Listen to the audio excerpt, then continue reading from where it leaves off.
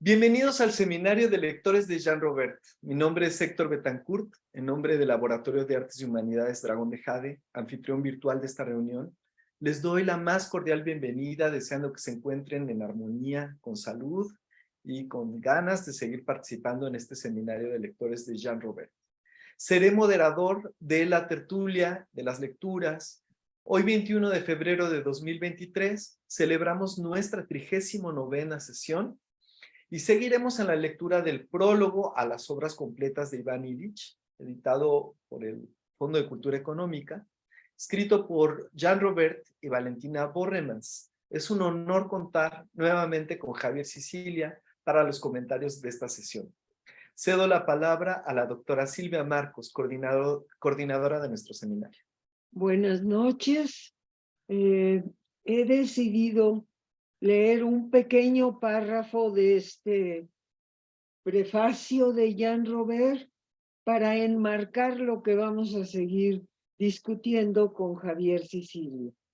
Iván Illich fue el más lúcido de los críticos de la sociedad industrial, dice Jean. Quiso escribir su epílogo y lo hizo. En otro tiempo, famosas en México y en el mundo, las tesis de Illich tal vez se han olvidado, pero nunca se las ha invalidado. Después de ellas, la sociedad industrial perdió toda justificación teórica.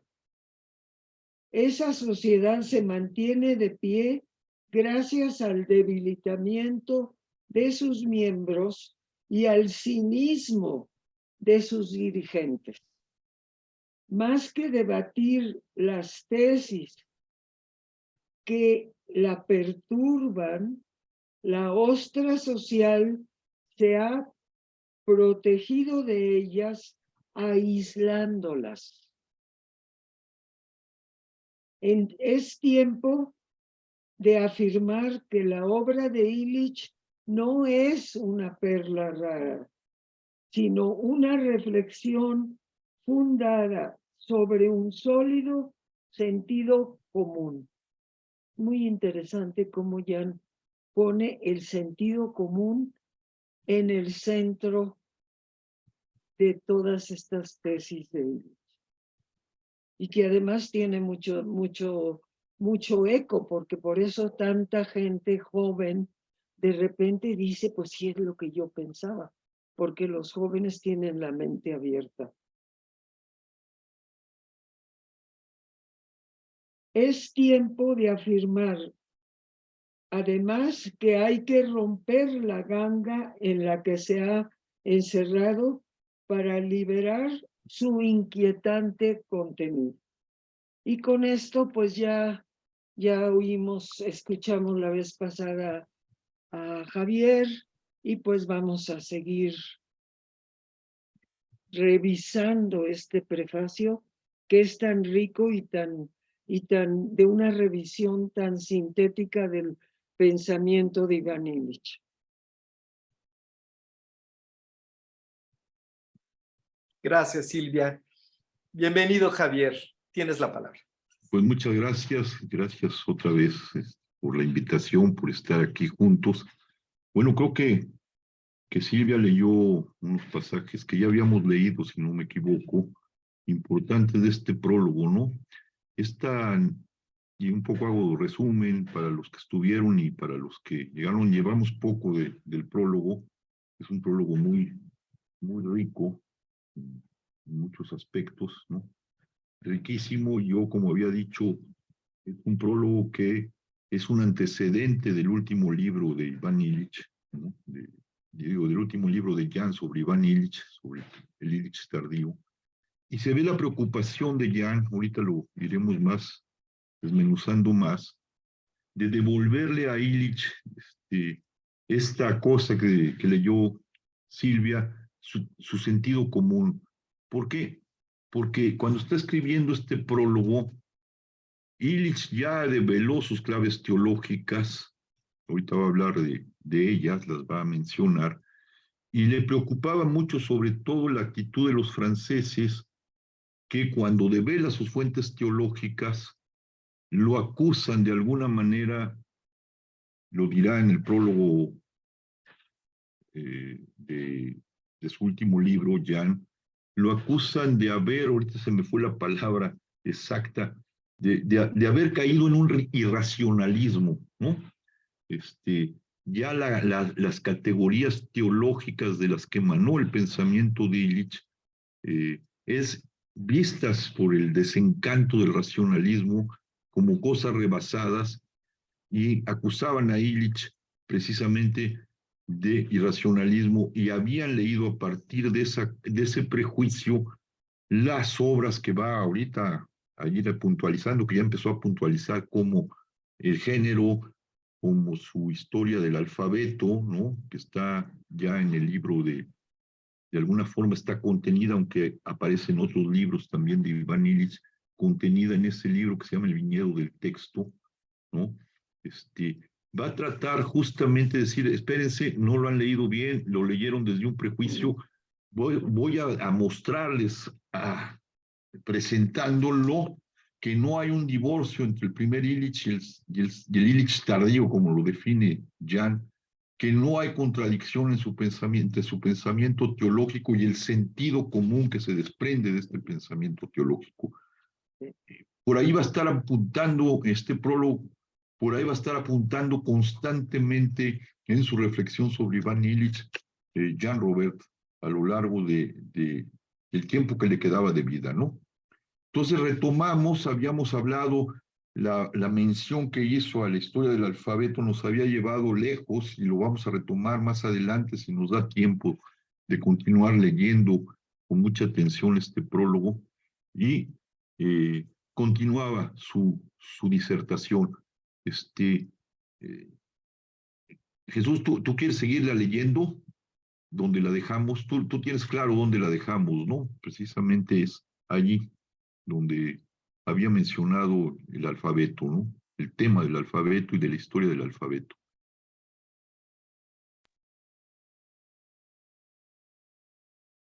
Un poquito más, Andra. Para Illich, el teólogo, esta encarnación del verbo en el acto de la lectura era análogo o proporcional a esta obra, escrita frecuentemente con mayúsculas, que es el misterio central de la fe histórica de Occidente. En latín, un término cercano a análogo por el sentido es conveniens. Tomás de Aquino pregunta, utrum conveniens fuerit Deum incarnari, si convenía que Dios se encarnara. El verbo encarnado podía ser amado en la carne. San Juan dirá que lo vio, lo oyó, lo tocó, lo sintió.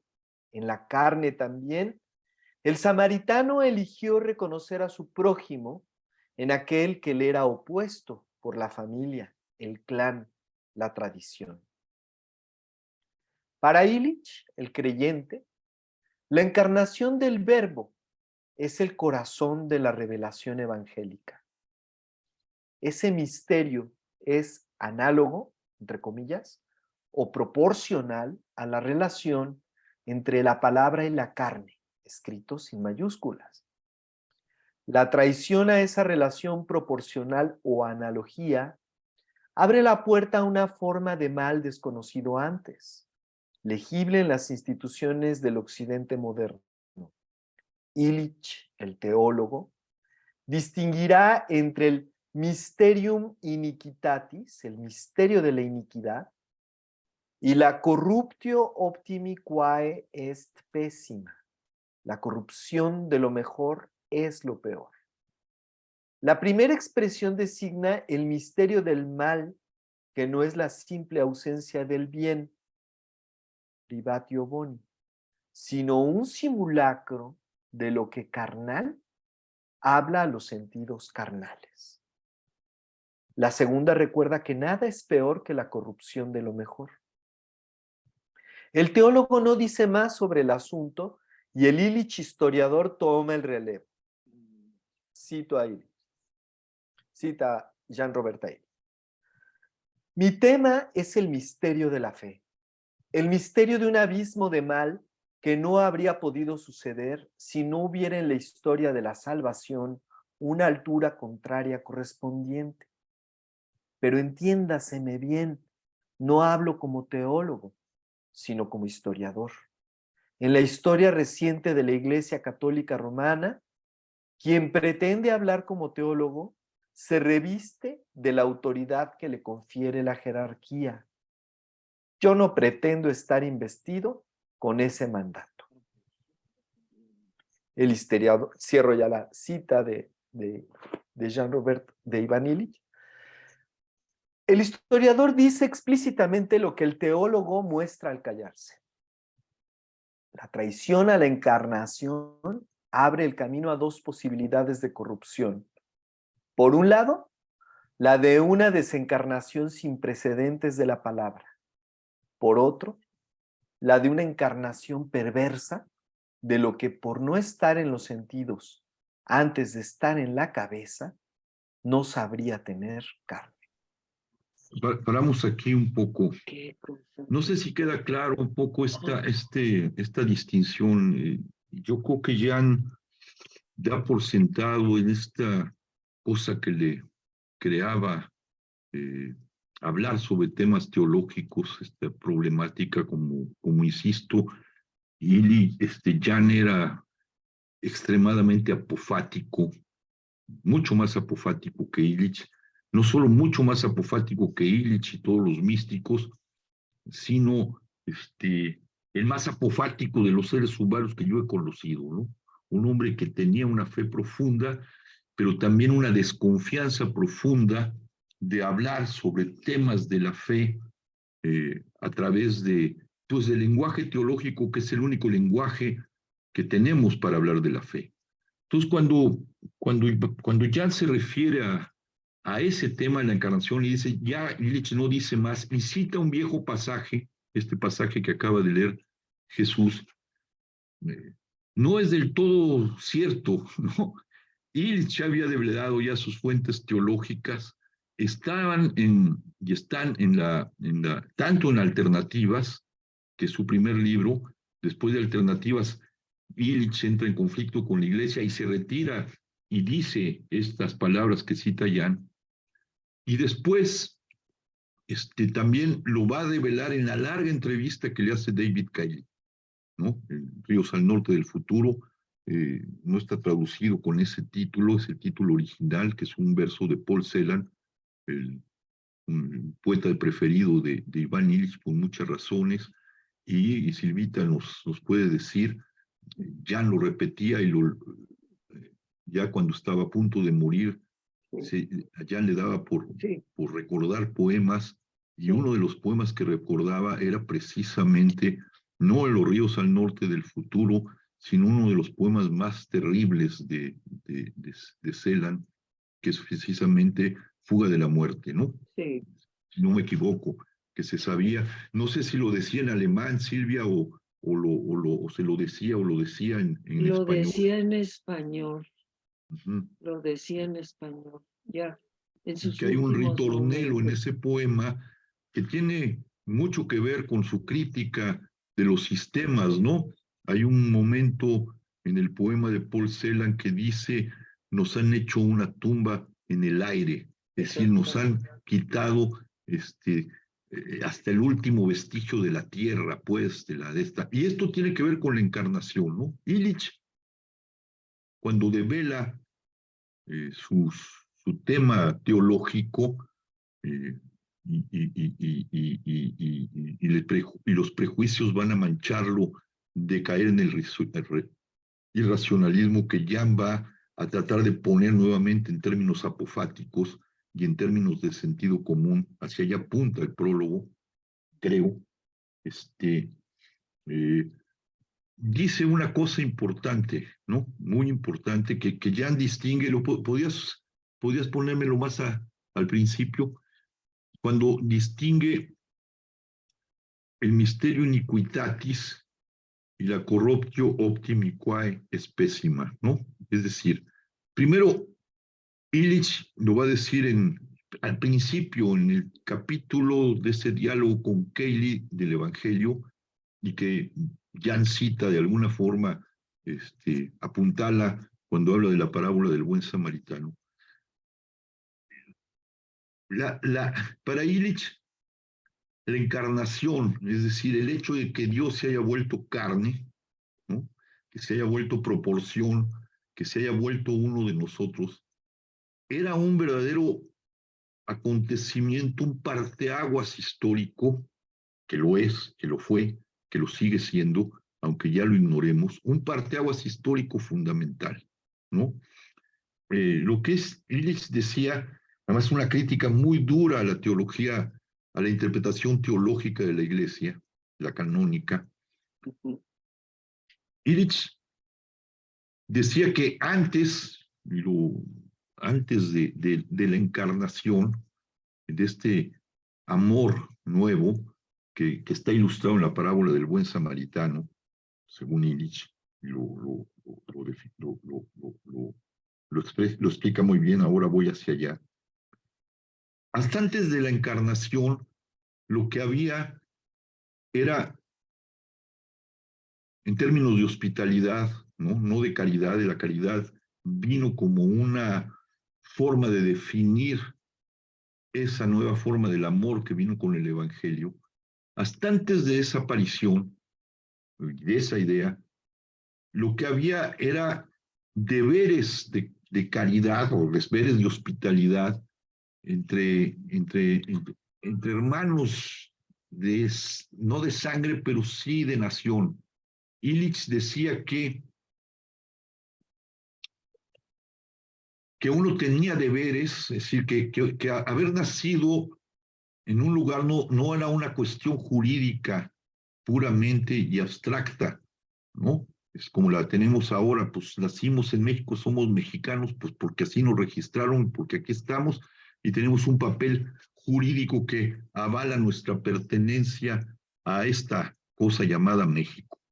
Es igual para todos los países últimamente y desde que vino toda esta idea y esta corrupción, ¿no? De la que va a hablar más adelante, de la que voy a hablar más adelante citando a Illich para poner en contexto lo que está diciendo Jan.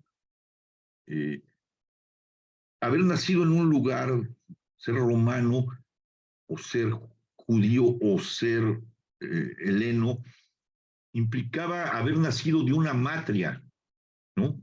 No era una patria como la entendemos nosotros, como una herencia de todo eso, sino una matria. Era como si fuera un vientre materno que nos daba una hermandad.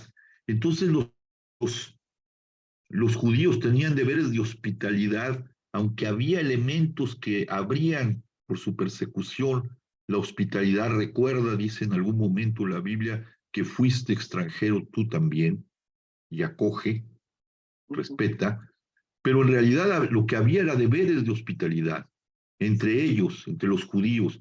Había deberes de hospitalidad entre ya lo habíamos hablado antes, entre los griegos y no entre los genoi, ¿no? Esos extranjeros, de ahí viene la palabra xenofobia. Había deberes de hospitalidad, aunque jurídicamente habían introducido los romanos la adopción. San Pablo fue un adoptado del imperio, aunque era judío, ¿no? Con los romanos, pero no con los bárbaros, no con los barbaroi, esos que hablan bárbaro. Con la encarnación y la parábola del buen samaritano, dice Illich, entra un nuevo género de amor que desquicia absolutamente esta cuestión.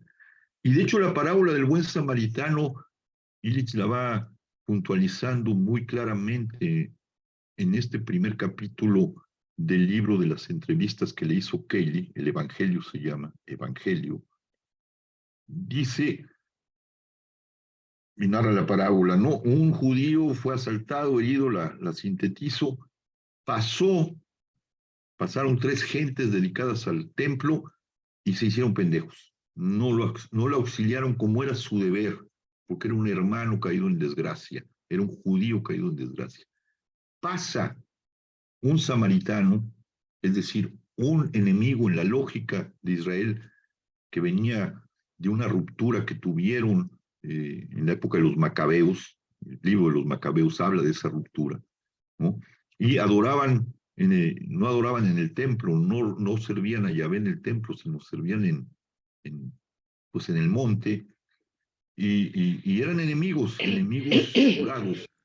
Este samaritano nadie lo hubiera condenado si se hubiera seguido derecho, nadie lo hubiera condenado si lo hubiera incluso rematado, era un enemigo. No, este tipo que era el enemigo es el que va en auxilio de este judío herido. Y entonces dice, allí se introduce un nuevo amor, un amor nacido de la libertad, no nacido de un mandato, no nacido de una cultura, no nacido de una tradición. Es un acto de absoluta libertad, ¿no? Dirá junto con Levinas, es la respuesta al llamado de otro.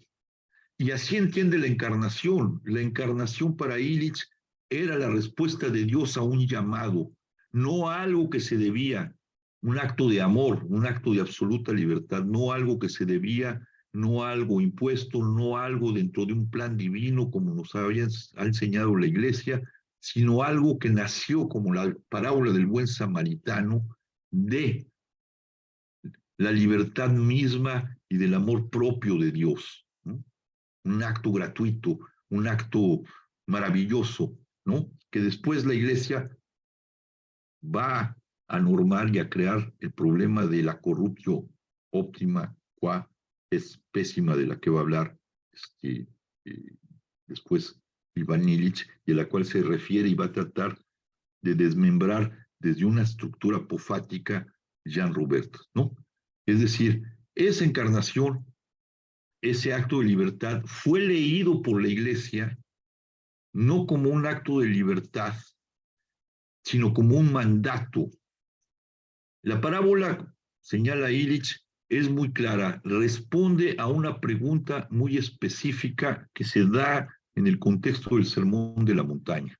Alguien asociado con el templo lo detiene y le dice, bueno, está bien, amarás a tu Dios sobre todas las cosas y a tu prójimo como a ti mismo, dice Jesús. En eso se resume la ley y los profetas. Entonces este hombre que está ahí escuchándolo, este hombre adscrito al templo, le dice, sí, pero ¿quién es mi prójimo? Y entonces Jesús cuenta la parábola, ¿no? La parábola dice, según Illich, muy claramente y define quién es mi prójimo. El hombre adscrito al templo no le pregunta cómo debo comportarme con mi prójimo, sino quién es mi prójimo. ¿Y quién es mi prójimo? En la lectura que hace Illich es aquel que me interpela, aquel al que yo libremente voy en su ayuda, incluso un enemigo que va a estar en concordancia con parte de la prédica de Jesús. Amen a los enemigos, ¿no? En algún momento dado, porque amar a los amigos no tiene ningún significado, hay que amar también a los enemigos, ¿no? Y rompe todo el esquema, introduce algo absolutamente nuevo que la Iglesia no lee en la clave en la que está expuesto, y como lo interpreta Illich, es esa parábola. La lee como cómo debo comportarme con mi prójimo. Y entonces decide, para preservar este amor novedoso, decide esa iglesia primera, que el prójimo son todos. Y para poder responder a las necesidades de todos, va construyendo las primeras, diría Illich, instituciones de servicio que va a sacralizar el imperio. Cuando Constantino, ya está el imperio en crisis, mira lo que hacen los cristianos, lo retoma la iglesia, a la iglesia en germen, la vuelve parte del imperio, porque estos traen algo que ellos no pueden dar, que el imperio no puede dar. Abrir el espacio a aquellos que el imperio no está dispuesto a darles espacio, extranjeros, viudas, desplazados, desclasados, etcétera, etcétera. Y empiezan a generarse instituciones de servicio, dice Illich, ¿no? Hospitales, casas genodoquias, casas para extranjeros, casas para viudas, casas para huérfanos, empieza a generar y a resolverle al imperio un problema que tenía con la invasión de los bárbaros. Pero dice Illich, ahí empieza la corrupción del evangelio. Lo que estamos viviendo hoy, y es lo que va a historizar de alguna forma, como nos va a decir y nos va a ir narrando de manera apofática Jan a lo largo de su texto, de su introducción, la crítica, la sociedad moderna y la crítica que hace Illich a toda esa sociedad es precisamente la crítica a la corrupción de la encarnación, a la degeneración de la encarnación. Esa degeneración de la encarnación, Illich también la enmarca en el misterio iniquitatis, el misterio de la iniquidad o el misterio del mal. Un misterio que está esbozado en la segunda carta de los tesalonicenses de San Pablo y que tiene que ver con el final de los tiempos. ¿Sí? Es decir, la corrupción de lo mejor conduce en la lógica teológica de Illich al final de los tiempos. Esto que estamos viviendo en esa lógica, esta crisis civilizatoria que estamos viviendo, esta desencarnación que nos va a narrar el segundo Illich, pero que está ya en germen en los primeros escritos de Illich, su historia del alfabeto, como lo estamos viendo, su historia del cuerpo, su historia de la mirada, son manifestaciones o descripciones apofáticas de esta desencarnación que va a conducir a la era de los sistemas, que es, en la lógica de la encarnación, una era apocalíptica. Es la conclusión del misterio iniquitatis. Bueno, esto que estoy diciendo, que tiene una argumentación de orden teológica, era visto y es visto por algunos de los estudiosos de Illich, y ya lo sabía, como un acto de irracionalismo de Iván Illich. Por eso Illich va a hacer de esta distinción. El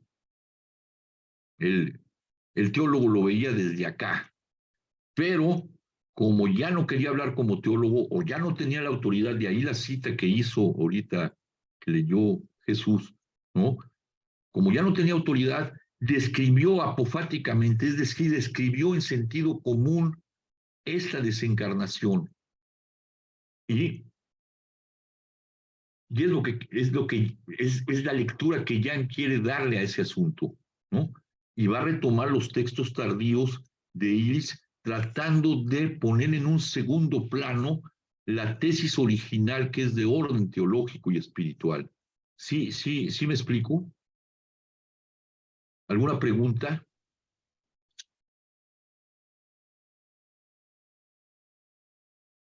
Todos seguimos con la lectura.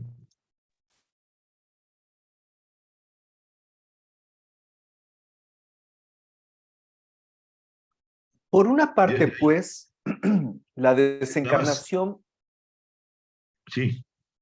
La desencarnación progresiva de la palabra en el occidente medieval y posmedieval es un fenómeno observable. Contemplando por otra la modernidad en el espejo de ese pasado, el historiador Illich ve en él una novedad específicamente moderna.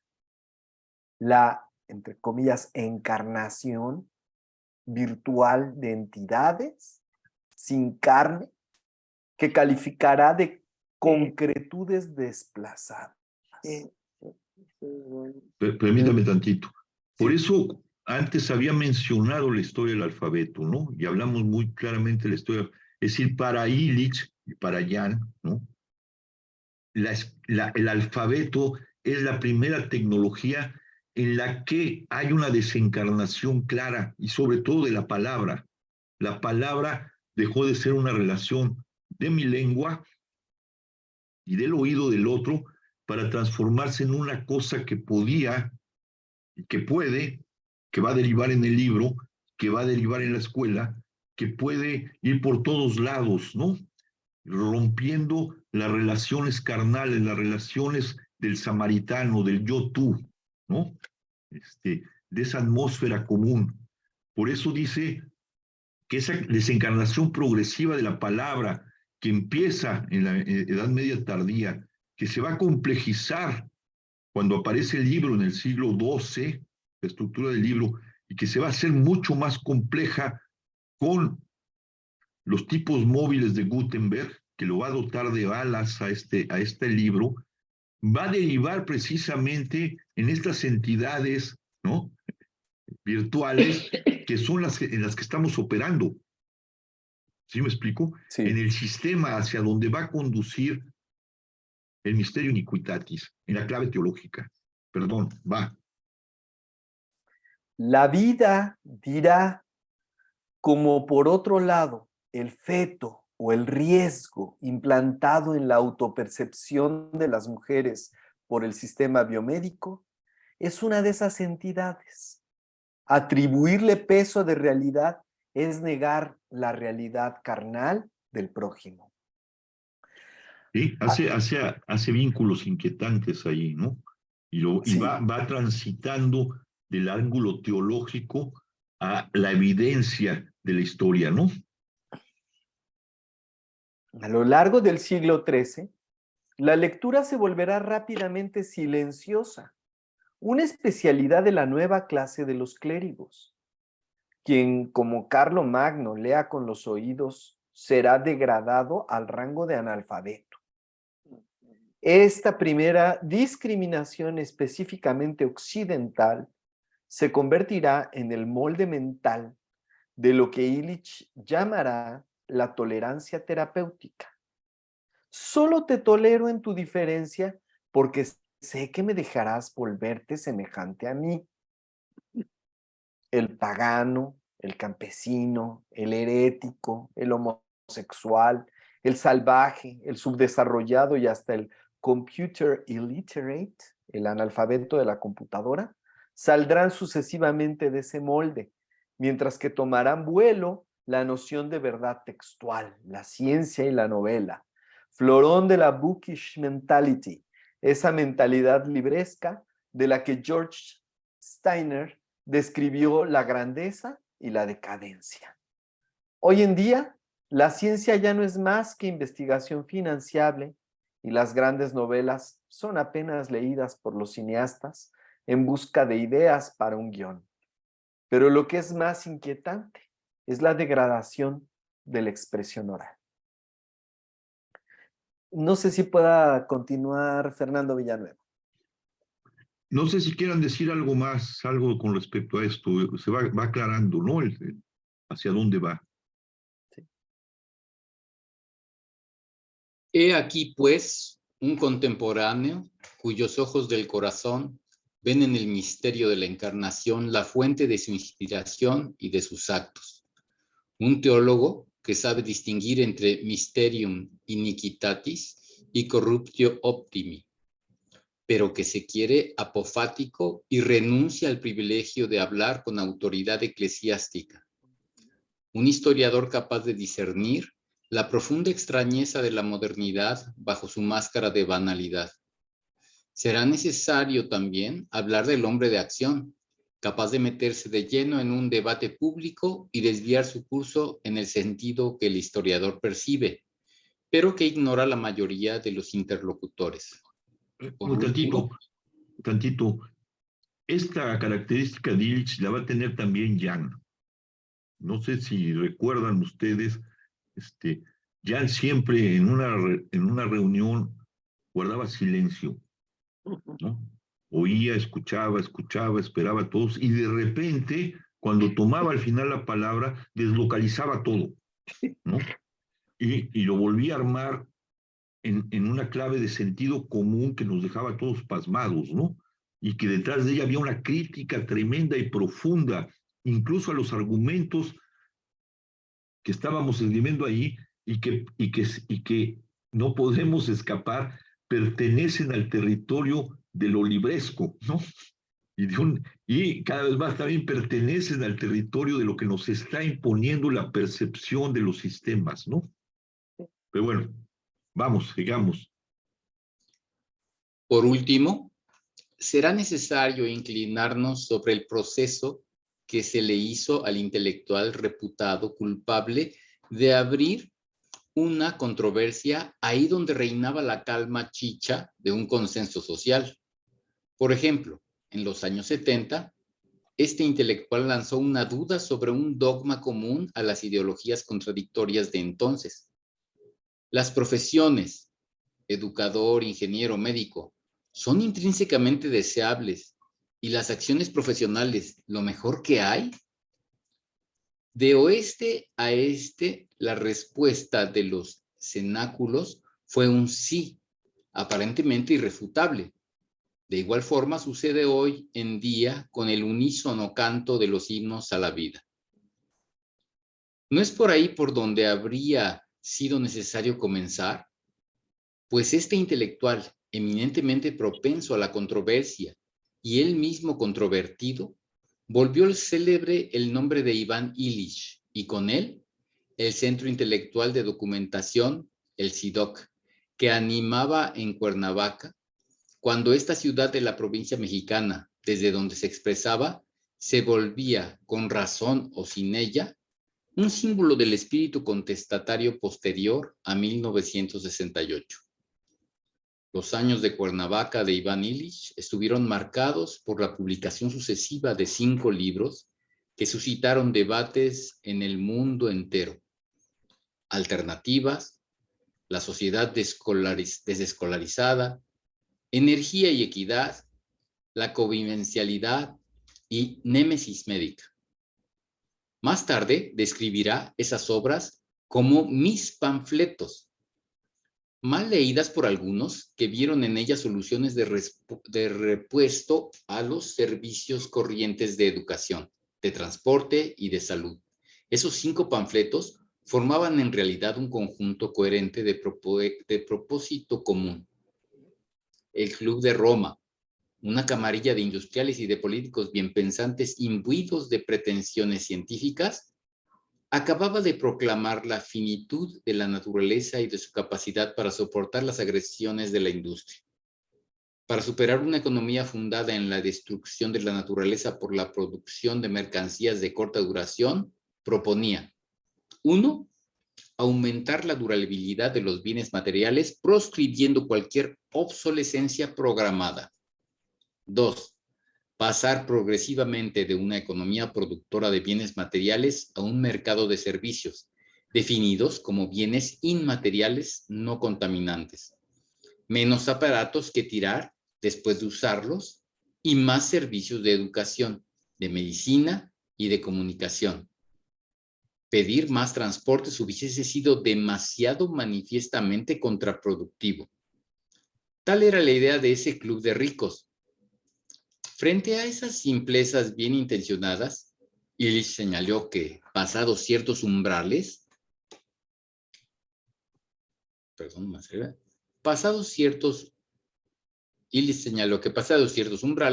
la producción de servicios sería más destructora de la cultura que lo que la producción de bienes materiales lo era de la naturaleza. Además, el análisis de los transportes motorizados ilustraba el caso de un servicio que, lejos de sustituir a las mercancías, provocaba por el contrario una mayor dependencia de ellas. El pretendido reemplazo de mercancías por servicios no solamente amenazaba la cultura, sino que era un sueño vacío, una aporía, un saco de nada. Era necesario limitar políticamente tanto la economía de los bienes materiales como el mercado de los servicios. Era evidente, pero de una evidencia que chocaba de frente con las certezas fundadoras de la sociedad moderna. No es fácil exorcizar el mal moderno riendo a la manera del eudemonista, el filósofo Aristóteles, que creía que el mal no es más que la ausencia del bien. Como las profesiones son esos cuerpos constituidos por la producción de servicios, perdón. Queda claro lo que nos está proponiendo Jan en la revisión de Illich. Yo lo pregunto en relación a lo que estamos viviendo, ¿no? Es decir, lo que está haciendo Jan al recordar esta crítica fundamental que nació en el CIDOC es realmente prevenirnos frente a lo que ya es irremediable, ¿no?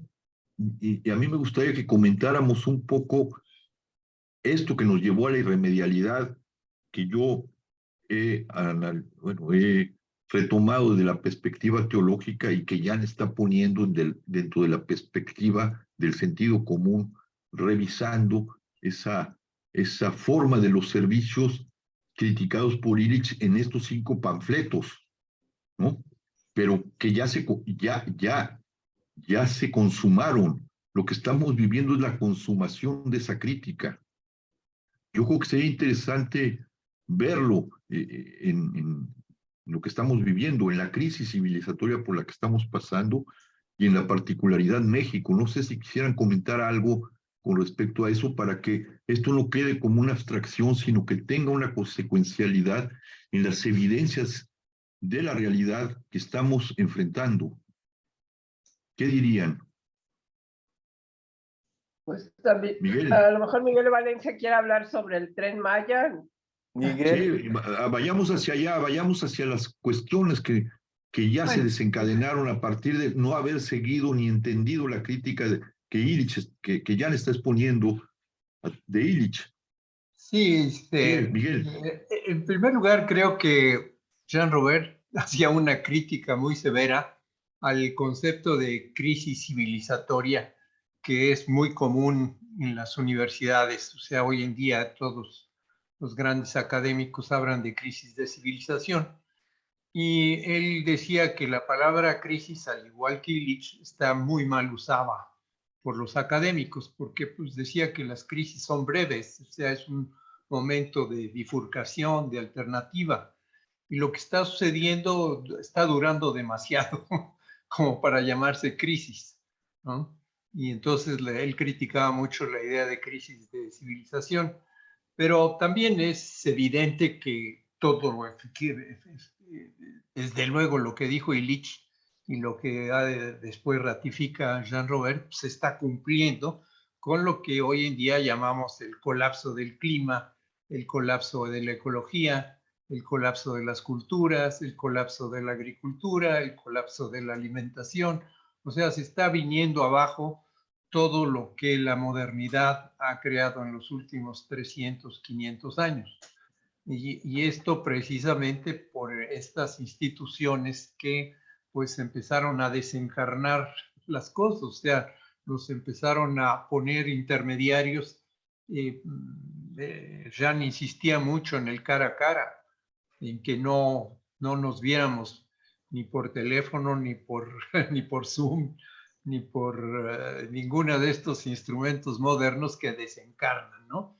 Y que pues cualquiera que use el WhatsApp o esos instrumentos se dará cuenta cómo se empobrece totalmente nuestra relación con los demás.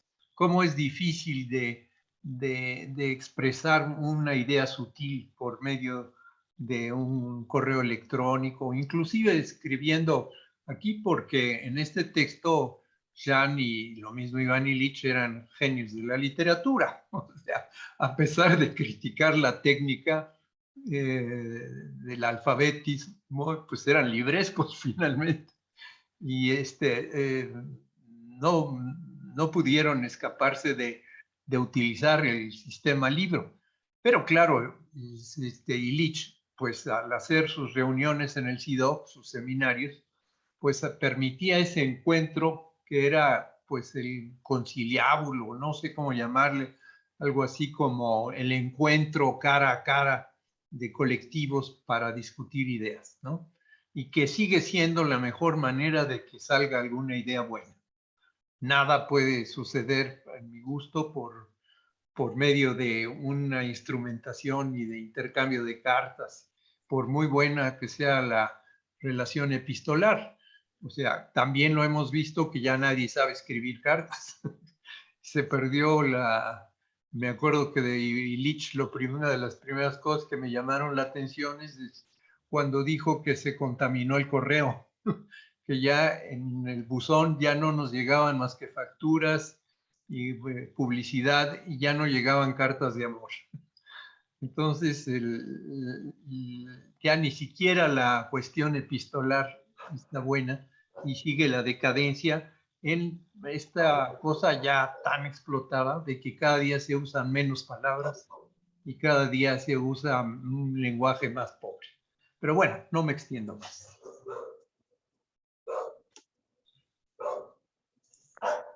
Javier, estás con el micrófono apagado.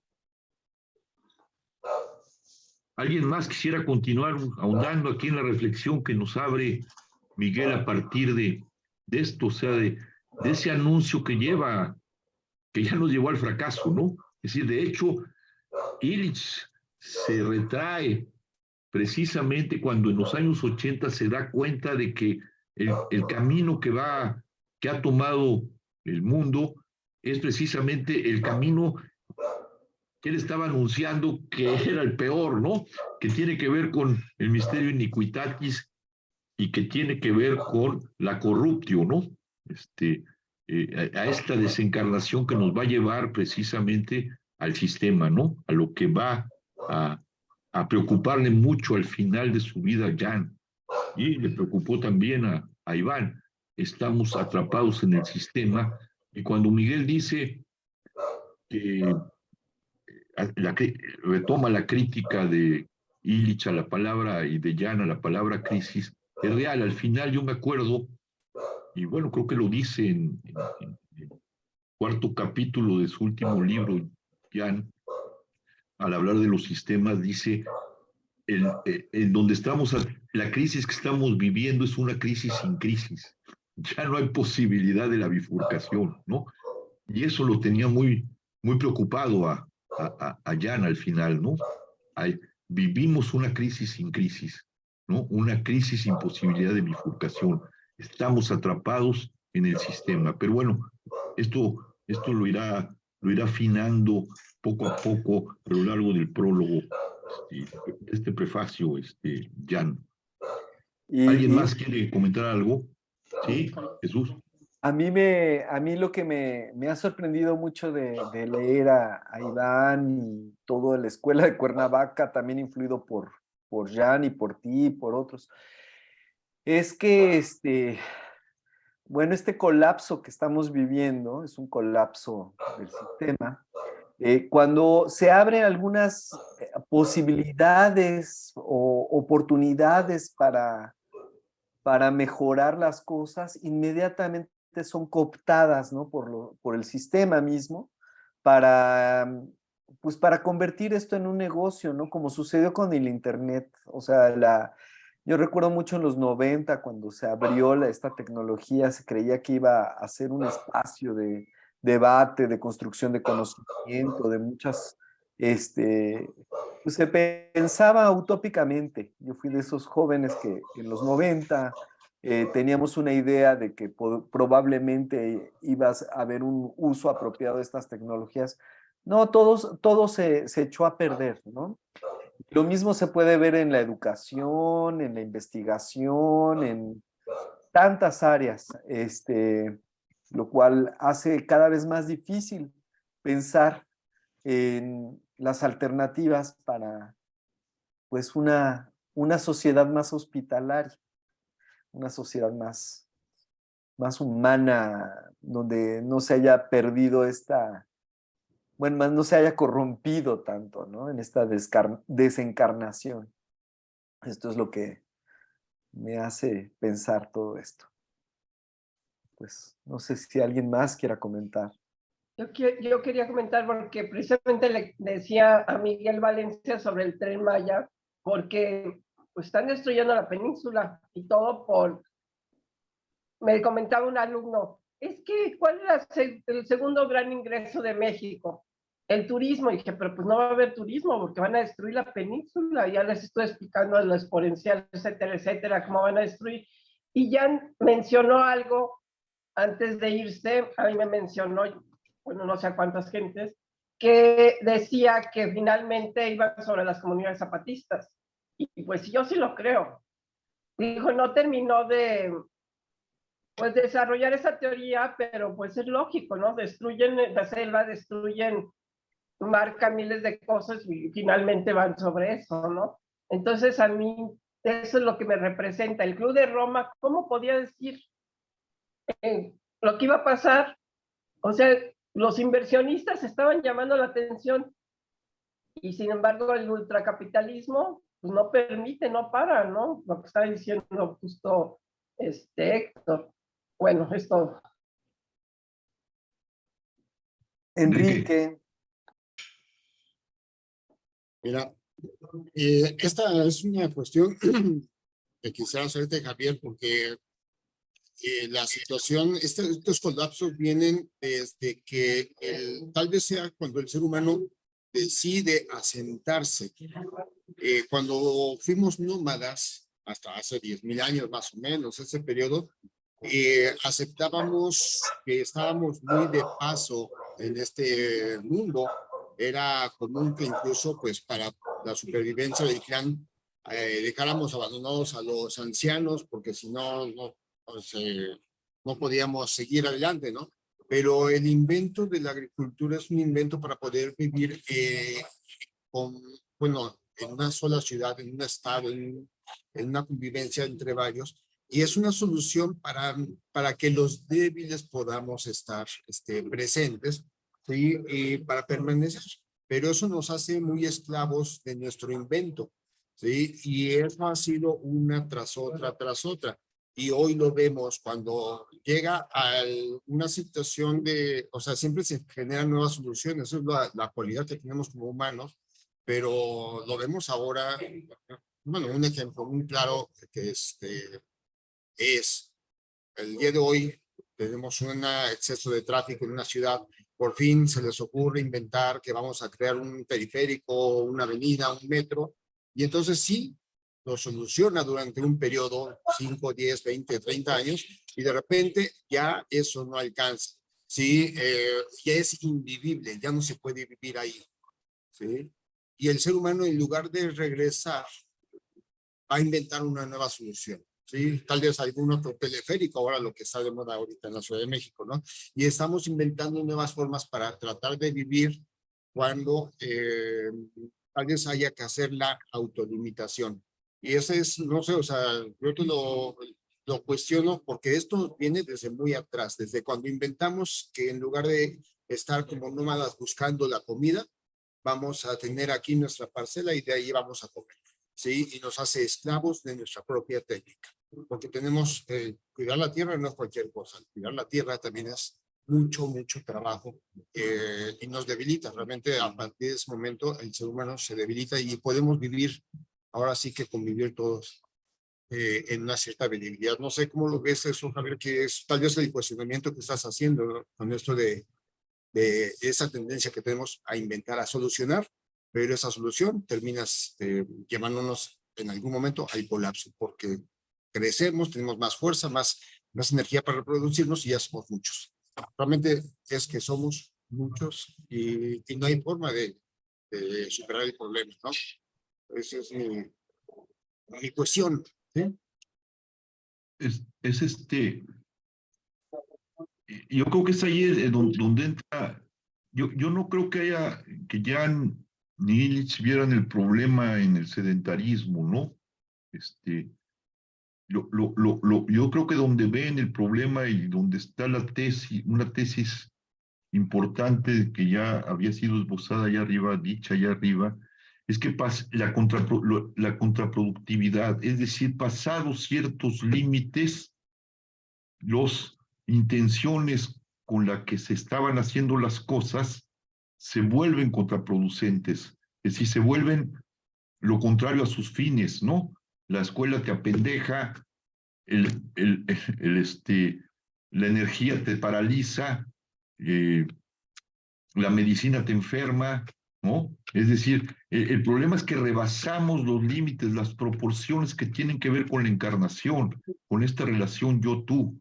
Y entonces queremos en esta idea de que hay que salvar a la humanidad, ¿no? Hay que salvar a la proximidad que nos volvimos todos, vamos generando instituciones, profesiones, como vamos a ver más adelante, que lejos de resolver la problemática, nos vuelven más dependientes de soluciones técnicas y más dependientes de los males que esas cosas ocasionan, ¿no?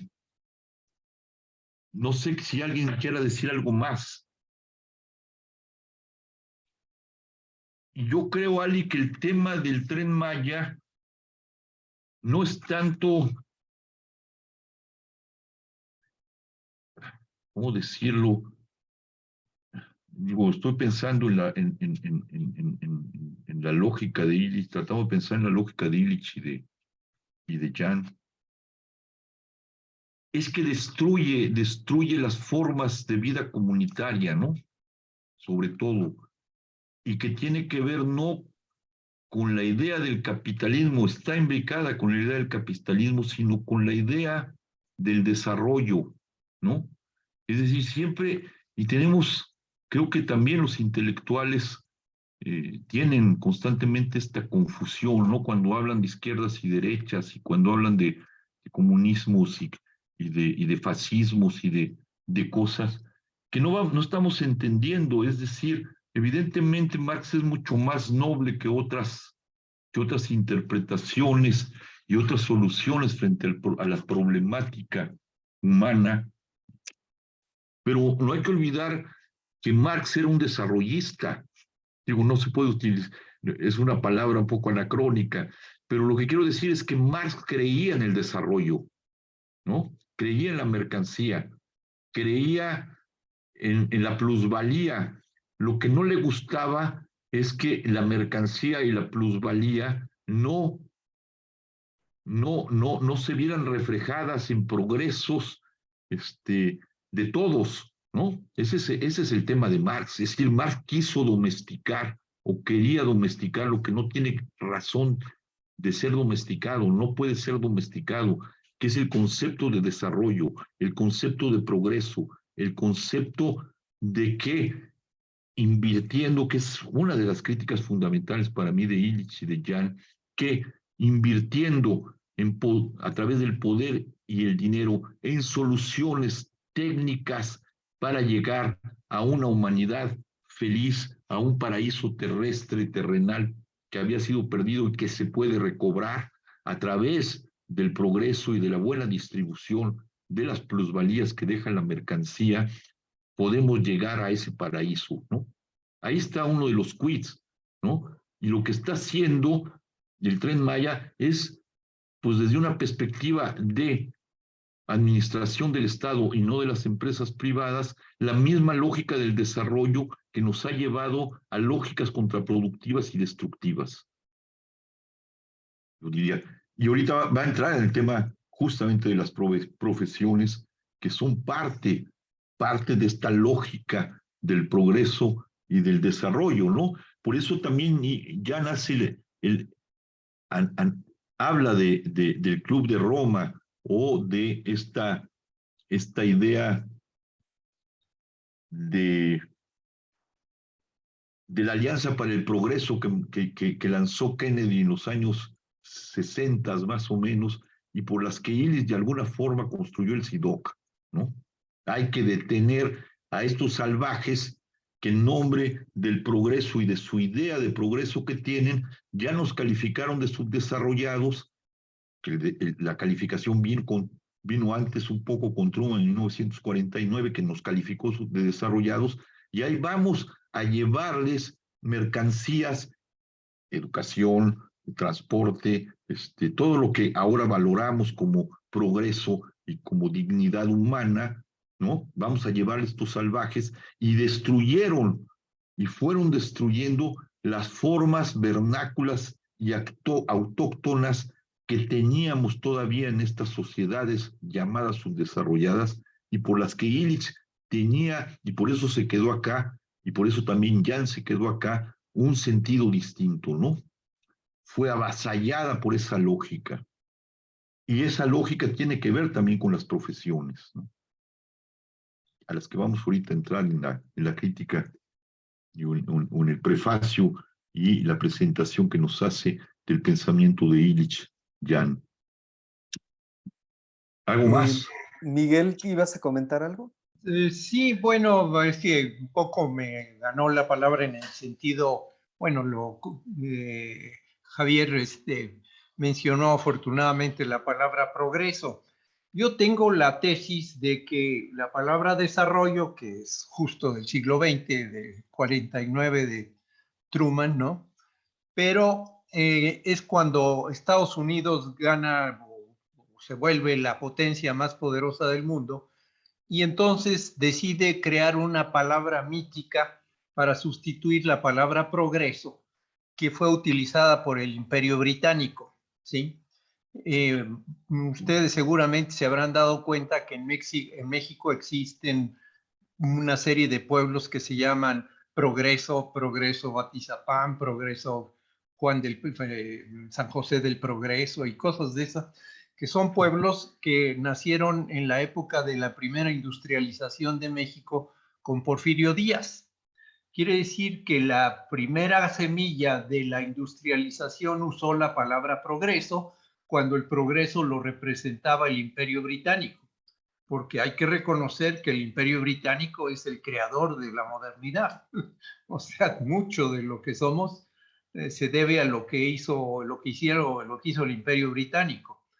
Y entonces la palabra desarrollo es una continuación del progreso, nada más que ahora encarnada por Estados Unidos. Estados Unidos ya como imperio quiso tener su propia filosofía para dominar al mundo y le llamó desarrollo, y por eso se crean los bancos de desarrollo, la Sociedad por el Desarrollo, y de hecho las Naciones Unidas, el Fondo Monetario Internacional, el Banco Mundial, todos están centrados en la filosofía del desarrollo. Entonces, la palabra desarrollo es vamos a decir, la palabra mítica del gobierno de Estados Unidos. Y tan es así que se sabe que la palabra desarrollo, el concepto de desarrollo sustentable fue impulsado por Kissinger, porque no quería que se perdiera la palabra desarrollo. Y se creó desarrollo sustentable para que las Naciones Unidas aprobaran eso como la nueva filosofía del desarrollo, ¿sí? Que es digamos, la ecológica. Los gobiernos hoy en día trabajan por el desarrollo sustentable. Y volviendo al Tren Maya, ahí se aplica todo lo que Jean habló de transportes, o sea, cómo los transportes cortan las líneas de la vida, cómo los transportes cambian todo. Pero una cosa fundamental es que el transporte no solo corta en el territorio, hablando del territorio como una cosa concreta, lo que cambia es la economía, altera profundamente la economía local. Entonces, una comunidad que vivía de la autosuficiencia se vuelve dependiente del dólar, por llamarlo así. Y entonces, con eso representa una agresión profundísima a la cultura de los mayas, ¿sí? Altera profundamente su idea de economía. Y entonces entran en un cambio en el que aparece una palabra que tal vez no mencionó mucho Iván Illich, pero forma parte de lo que dijo, que es la palabra colonización, ¿sí? O sea, los misioneros que vinieron de España para cambiarle las ideas a los indígenas mexicanos, a los pueblos mexicanos, también nos coloniza de muchas otras formas. Hoy en día tenemos una colonización mental terrible por las ideas de la economía, del crecimiento económico, de la productividad, de la competitividad, de una serie de dogmas de la economía que rigen totalmente la mentalidad del hombre moderno, y es un poco lo que sigue, que fue una crítica en los años 60 del Homo economicus, que Iván Illich y Jean Robert lo retoman por la forma teológica, pero que ya había una crítica profunda a las ideas de economía, que ha sido pues una de las cosas, de las mayores aportaciones que hizo Iván Illich y Jean Robert a la crítica a la idea de la escasez. Y cómo, por ejemplo, el llevar el Tren Maya pues beneficia principalmente a las transnacionales, beneficia principalmente a los depredadores más grandes del mundo y hace que entren en una esclavitud y en una degradación cultural enorme todos los pueblos mayas que están en el sureste mexicano. Así que es una verdadera tragedia la construcción del Tren Maya, significa la destrucción de la diversidad biológica, porque la diversidad biológica es fundamental para el equilibrio de todos los que vivimos y también la diversidad cultural. Así que, pues, sobre esto del Tren Maya es un caso concreto de un megaproyecto que, hecho con buenas intenciones, porque según Jean Robert y sus seguidores, pues es para dar empleo a los pobres, es para sacarlos de la pobreza. Y tiene totalmente la razón Jean Robert, es un proyecto que en el fondo conduce a destruir todo el proyecto zapatista. Esa es una de las razones fundamentales de la construcción del Tren Maya, además de servir de un muro más para contener la migración de Centroamérica hacia Estados Unidos. ¿Algo más? Y yo quería comentar que aunado a ese concepto, hay otro que va más a lo interno o más bien a la dimensión humana individual y que conecta con una dimensión más colectiva, que es el concepto de educación. Lo normal que entendemos por educación es una persona que pasa por la escuela, que sabe leer y escribir, va a la universidad, y mientras más sigas al doctorado, más educado eres. Pues parece que ya no es eso, porque aunado a esto que dijo Miguel, es que una humanidad educada tiene que pasar por la relación que tiene con la naturaleza. Si la humanidad destruye la naturaleza y no es capaz de ayudarla a regenerarse, no es una humanidad educada, tanto en lo individual como en lo colectivo general, tanto de país o de todo el mundo. Entonces estamos en ese problema de que entendemos el concepto de educación como una persona que es muy instruida, que tiene un valor, yo lo aprecio mucho, una persona muy instruida que hace el esfuerzo por progresar en ese sentido. Pero si al final esa instrucción nos lleva a crear personas que tienen una relación destructiva con la naturaleza y con la salud misma del ser humano, entonces ahí habría que preguntarse si realmente somos educados, ¿no? Entonces, ese es un tema difícil, porque es una autocrítica. ¿Qué tan educado soy yo? ¿Cómo me relaciono con la naturaleza? Y cuando vemos eso, entonces vemos que los indígenas de Brasil, por ejemplo, los que viven en la selva, son personas mucho más educadas, más exitosas en ese sentido, porque saben vivir con la naturaleza, vivir de la naturaleza y no afectarla a un grado destructivo. Se autolimitan tal vez también. O sea, ahí está la cuestión. Y nosotros, yo ahorita que vine a vivir acá a Guatepec, yo vivía en la Ciudad de México y cuando vengo aquí a vivir a Guatepec, que tengo más relación con gente que es campesina, gente que siembra la tierra, he aprendido esa parte que no tenía, esa sensibilidad a comer un chayote que yo mismo sembré, a hacer cosas así de ese tipo. Yo sé que es muy poco, yo tendría que volver a reeducarme, pero ese es lo que yo quería decir, que ese concepto de educación también hay que meterlo como una pieza esencial del rompecabezas que queremos armar para que realmente haya una esperanza de que estas palabras que dice Ivan Illich, que dice Jean Robert, de la autolimitación, de ponerle un fin a la obsolescencia, que si yo tengo algo, una computadora, un teléfono, etcétera, no sé, o cualquier cosa, un coche, incluso, que yo sé que un coche también es una tecnificación que afecta a la naturaleza, pero que si yo lo conservo, por ejemplo, yo tengo un Volkswagen que es de modelo 89, ya tiene más de 30 años, pero yo trato de conservarlo para no tener que estar comprando otro, porque si no entro en la misma vorágine. Pero bueno, de todos modos, el Volkswagen yo sé que es contaminante. Y esa es la contradicción eterna de todos. Perdón por extenderme, hasta ahí lo dejo.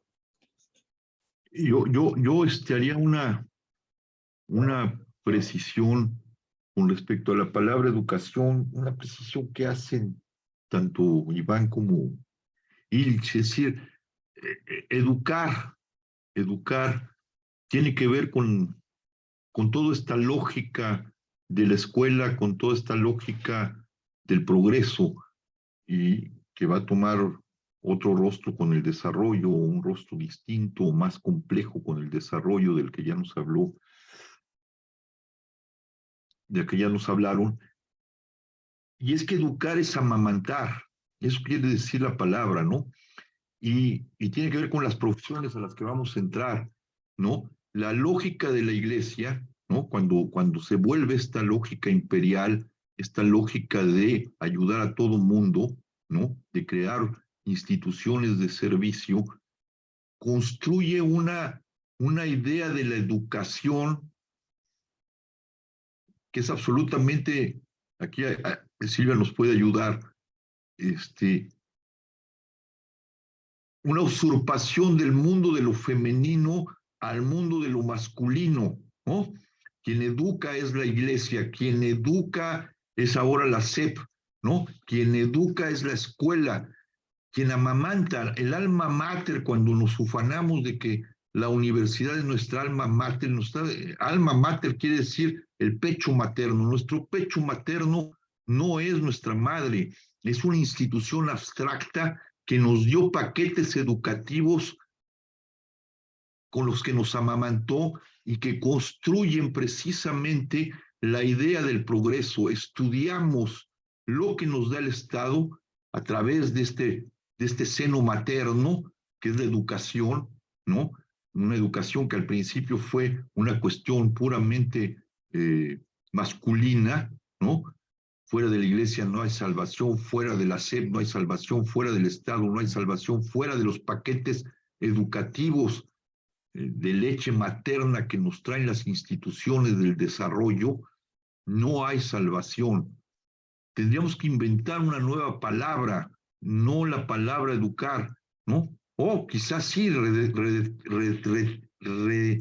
resignificar en el sentido de amamantar, ¿no? Somos amamantados por nuestras culturas particulares, somos amamantados por tradiciones, somos amamantados, como en el caso de los pueblos indígenas, que está destruyendo esta lógica de la educación nacida del desarrollo, amamantados por formas de economía y formas de subsistencia absolutamente distintas y contrarias a la idea de lo que nos ha traído el progreso y de la idea que con ello ha traído de la educación, ¿no? La educación nos educan para progresar, nos educan para intervenir en las estructuras sociales, nos educan para intervenir en la vida de todos, ¿no? Para destruir autonomías, para decir que el saber pertenece a aquellos que pasamos por la escuela. Entonces, sí, habría quizá que devolverle su sentido más prístimo a la palabra educar, ¿no?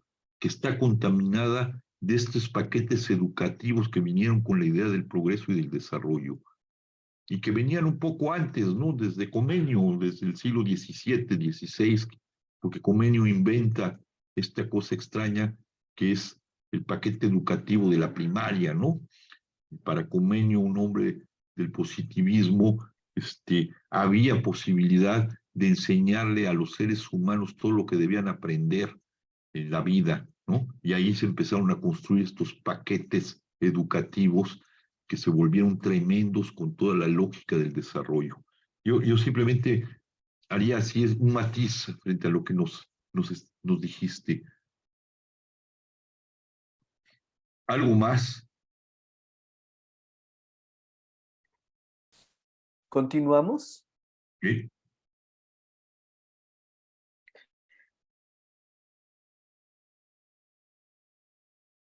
Continúa, Enrique. Sí. ¿Continúo leyendo? Sí. Bien. Vamos, como las profesiones son esos cuerpos constituidos por la producción de servicios, Las controversias de Cuernavaca representaron la primera crítica coherente del profesionalismo en sí. Aquel que creía que lo mejor es la corrupción del bien no podía perder su tiempo acusando a esos males evidentes que son el complejo militar industrial, la explotación del tercer mundo o incluso la injusta repartición de los bienes. En 1970, 500 ricos ganaban tanto como el conjunto de la mitad de los pobres del mundo. Desde entonces, esa disparidad no hizo más que crecer. En 2003, 350 ricos ganaban tanto como el 65% de los más pobres de la población mundial. Pero lo que radicalmente cambió es que se volvió prácticamente imposible para los pobres vivir fuera de las redes del dinero. La destrucción de su mundo de subsistencia ancestral se perpetró en nombre de su desarrollo. El capitalismo explotador es un mal, pero la imposición a los pobres de un bien que los expropia de ellos mismos es peor. Los profesionales de la educación, de la planificación de los transportes y de la medicina fueron y son todavía la clave de esta expropiación. El mal moderno, observado por el historiador Illich y denunciado por el panfletario, lo propagan los mejores expertos que actúan para el bien de los pobres, según la letra de sus deontologías respectivas. Si la palabra profesional pretende recoger el sentido de lo mejor, el ejercicio de las profesiones es la expresión sociológica de la perversión de lo mejor en peor. Paradójicamente, leer a este autor eminentemente erudito es una invitación a encarnar algunos poderes de la oralidad. En sus seminarios, sus palabras eran palabras aladas, que desalentaban a sus oyentes a escribir. Escritas, encarnarán mejor si son leídas y comentadas en común. Los círculos de lectores de Illich podrían ser la prefiguración de esas casas del libro que, junto con George Steiner, deseaban. Como todos los verdaderos lectores, Illich leía lentamente y con frecuencia en voz alta, pues se esforzaba en escuchar las voces de las partes. Las voces paginarum. Sin embargo, existen escritos áfonos. Para tratar con esos fantasmas se adiestró en una actividad que poco tenía que ver con el éxito de la lectura. Se obligaba a la lectura rápida de informes técnicos. Cada vez que se preparaba para explorar un nuevo tema, leía miles de páginas que describían el estado del arte de las disciplinas implicadas. Se sumergía en textos sin voz sobre la amenaza de las catástrofes ecológicas, sobre el costo energético del kilómetro pasajero de diversos modos de transporte, sobre la utilidad marginal de los diplomas universitarios y los costos sociales de su persecución, o también sobre la influencia de la escasez relativa de las mercancías sobre su precio. Podía discurrir con competencia, es decir, citando adecuadamente las estadísticas, sobre la manera en que la velocidad sobre las autopistas transfiere privilegios a los mexicanos que se han beneficiado ya con becas de estudio en Harvard o con cirugías cardíacas en Houston. A veces, desintoxicarse de una larga incursión en el marasmo de esas lecturas técnicas, Illich redactaba una reseña en latín. Por ejemplo, le escuchamos leer a su amigo Hugo de San Víctor que, recordémoslo, vivía en el siglo XII. Una carta sobre la reforma de los programas escolares y universitarios de finales del siglo XX. No solo era preciso explicar a Hugo que entendía por escuela un ocio estudioso, que las la escolaridad obligatoria no era una simple ociosidad bajo tutela, sino que era necesario iniciarlo también en un neologismo que se extendió un siglo después de su muerte, universitas. En sus exposiciones a sus amigos medievales, Illich adoptaba una postura etológica. En esa óptica, por ejemplo, una escuela obligatoria es un sitio donde a rebaños de niños y niñas se les reúne al son de un timbre, tintinabulu, en locales cerrados y por tiempos que se habían fijado con anterioridad, frente a un personaje generalmente mayor que discurre y gesticula frente a una pizarra, lápiz sectilis, o a una imitación fabricada de un material sin nombre.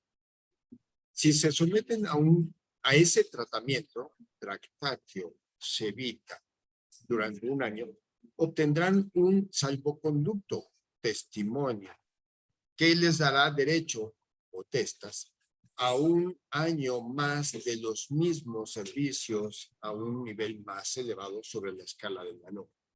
En otros términos, la educación moderna es un aprendizaje obligatorio administrado bajo la égida de la escasez por profesionales que velan para desalentar tanto a los autodidactas como a los competidores sin diploma. Es decir, una actividad económica, un servicio, en un sentido que no habría podido comprender Hugo, para que el servicio significaba don de sí mismo. Un servicio distribuido por dosis cronometradas en espacios mezquinamente medidos, a grupos reunidos por clases de edad y a veces separados en función de su sexo. Muchas Separados. gracias, Enrique. Sí. ¿Tienen algo que decir al respecto? Aquí vemos ya cómo la palabra educación se vuelve una palabra de control, una palabra de destrucción de autonomías, una palabra que secuestra precisamente la capacidad innata de los seres humanos de aprender. Sí, Jesús. Sí, no, oye, perdón, Javier, creo que, digo, no Sí, confunde, Marcelo. me parece, educación con escuela, ¿no? Creo que no están amalgamadas, digamos, así indiferenciadas. Es muy claro, aquí describe, pues, cómo funciona la escuela, no la educación, porque, pues, podemos hablar de educación informal o de cómo se educan los niños en las comunidades donde no hay escuela, en fin, cómo aprenden, etcétera, ¿no? Pero digo, es claro que no es nada más ir en contra de la educación así como un término así abstracto, global, sino con esa forma específica que se refiere a la escuela, que es una invención relativamente reciente y moderna, ¿no? Entonces, creo yo que no tendríamos por qué confundir educación y escuela, porque ha habido, digamos, o sea, transmisión de la cultura de una generación a la otra, pues siempre ha existido, ¿no? Aunque no Pero hubiera eso, Marcelo, es un aprendizaje. Educar tiene una función de amamantamiento, es decir, sin esa leche tú no sobrevives. Ese es el sentido que tiene para ellos educar y escuela, ¿no? Es a través de estos elementos, porque la idea viene de la iglesia, ¿no? De la iglesia que educaba en su pecho con los sacramentos a una población infantil que necesitaba esa leche para salvarse. La educación tiene la misma lógica. Te damos esta leche para que puedas tener un espacio en la vida social y ciudadana. Es en ese sentido que la palabra educar y la palabra escuela está amalgamada en ellos. El aprendizaje es de otro orden. El aprendizaje es incluso, como lo dicen en otro texto ellos, y van sobre todo, tiene que ver con algo innato al ser humano. Aprendemos porque tenemos una disposición innata a aprender, ¿no? Cuando el niño tira las llaves y las vuelve a tirar y te las vuelve a dar. El niño se está preguntando por qué caen. Está descubriendo por sí mismo una cosa que después te van a enseñar en la escuela con determinada categoría. Están descubriendo la gravedad, ¿sí? Y van a inferir cosas de allí. El problema es que cuando tú necesitas de un pecho para poder aprender, es en ese sentido que la palabra educación queda usurpada, un acto absolutamente materno y alimentario, queda usurpada por instituciones. En ese sentido, hablan de educar y de escuela, tanto Iván como Jan, ¿sí? No sé si me explico, Marcelo. Pues digo, si yo me remito al párrafo recientemente leído, es realmente un párrafo magistral porque está hablando de la fenomenología de la escuela, tal como lo describe en La sociedad desescolarizada Ivan Illich, ¿no? O sea, el conjunto de niños en 4 paredes, o sea, la escuela es una forma, como tú bien señalaste a Comenius, ¿verdad? Como el inventor de esa forma, de esa institución, ¿no? Y además bueno, habla, por ejemplo, escola, ¿no? Escola que significaba otra cosa en la antigüedad, ocio estudioso, por ejemplo, ¿no? O sea, era más bien o sea, le cambió completamente, se transformó en su contrario, digamos, ¿no? Este ocio se volvió en algo obligatorio, un encierro, bajo las órdenes de un adulto, en fin, que proscribe aprendizajes obligatorios, de memoria, etcétera. O sea, es una tortura para los niños ese tipo de educación escolarizada. Y no creo que siempre existió ese tipo de educación, ¿eh? Eso pues, tiene digamos, un surgimiento histórico, ¿no? Una datación, no siempre, o sea, yo creo que esto que dices como que borra esa especificidad, ¿no? Como que hay una génesis de la escuela, pues, específica, que es la que está señalada en este párrafo, digamos, no está hablando Sí. de la educación así extraescolar, por llamarlo de alguna manera, Javier. Es que ellos yo no la Porque hay llamarían. educación extraescolar, se podría decir. Ellos no llamarían eso educación.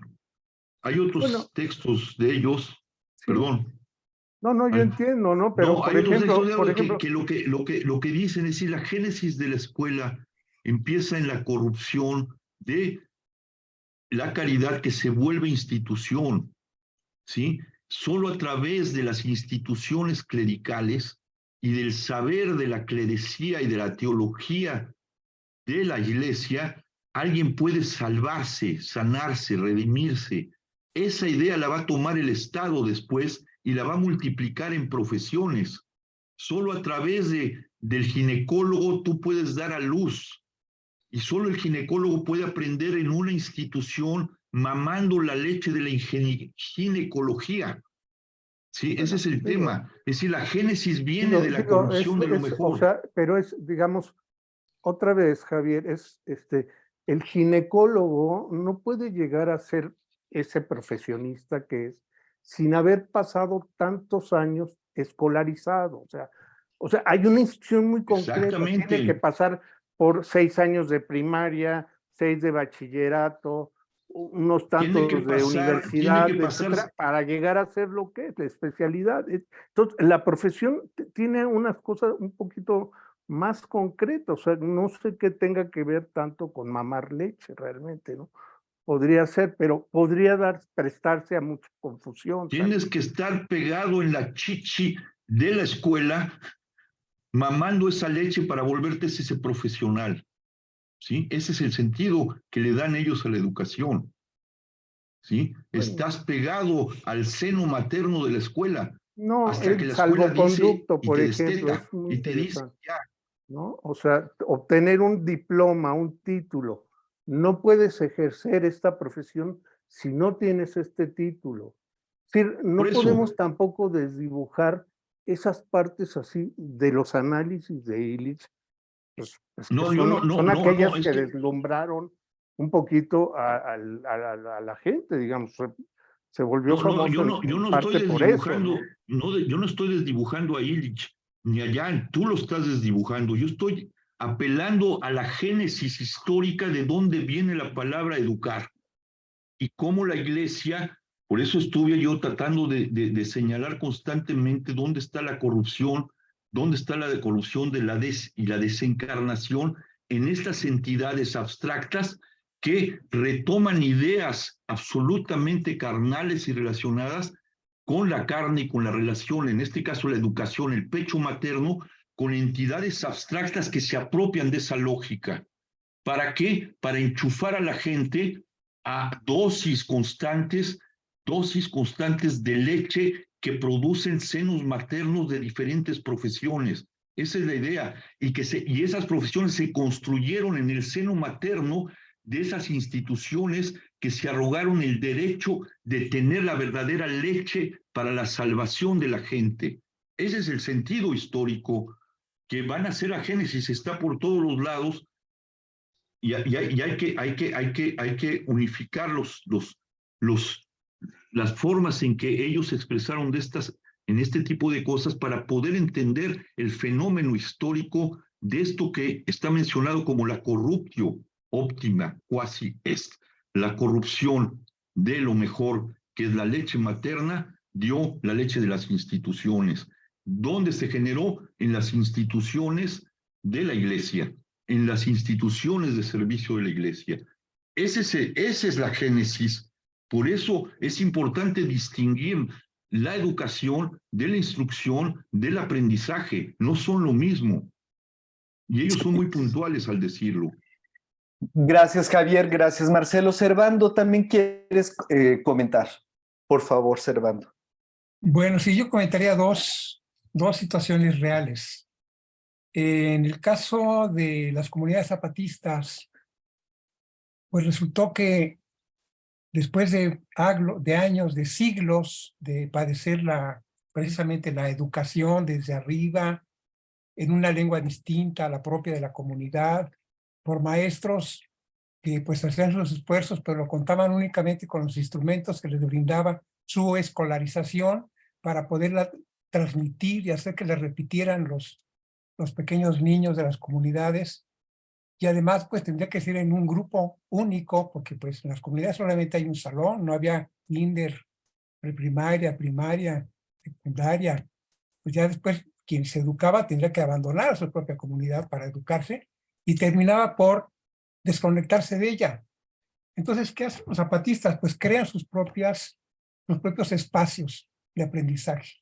Para ya no hablar de escuela, aunque se llama la escuela zapatista, pues ellos crean sus propios espacios de aprendizaje y hacen que el conocimiento vaya transmitiéndose, inclusive entre las generaciones, las nuevas generaciones, pues ya podemos hablar de 30 años, ¿no? de ese aprendizaje, donde quienes saben algo lo pueden transmitir como una experiencia, no como un conocimiento que tiene que ser pues así mamado, ¿no? de una teta institucional, sino tiene que ser transmitido como la experiencia que nos muestra de el bebé cuando tira las cosas, pues descubre la ley de la gravedad.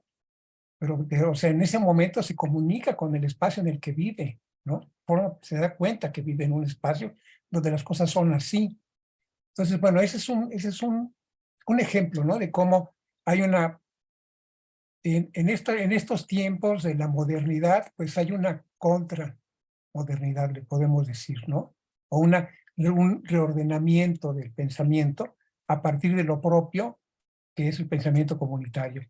Y es el conocimiento comunitario que nos permite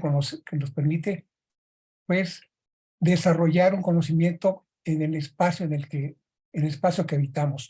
Otro ejemplo es el concepto de agua muerta, que nace a partir de que se monta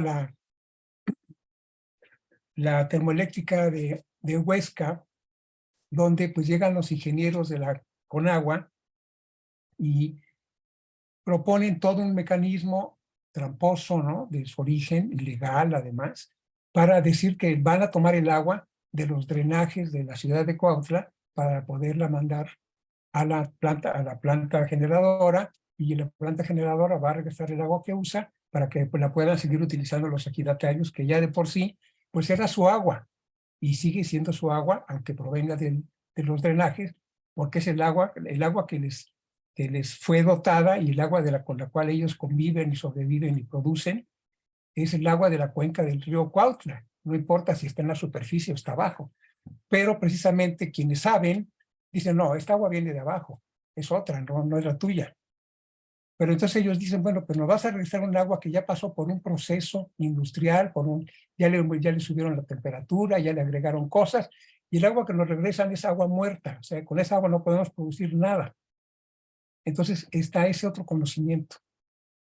Ese conocimiento ancestral que tienen los agricultores, que tienen los productores agrícolas, que tiene la gente del campo, que saben distinguir el agua porque pues conviven con ella diariamente, ¿no?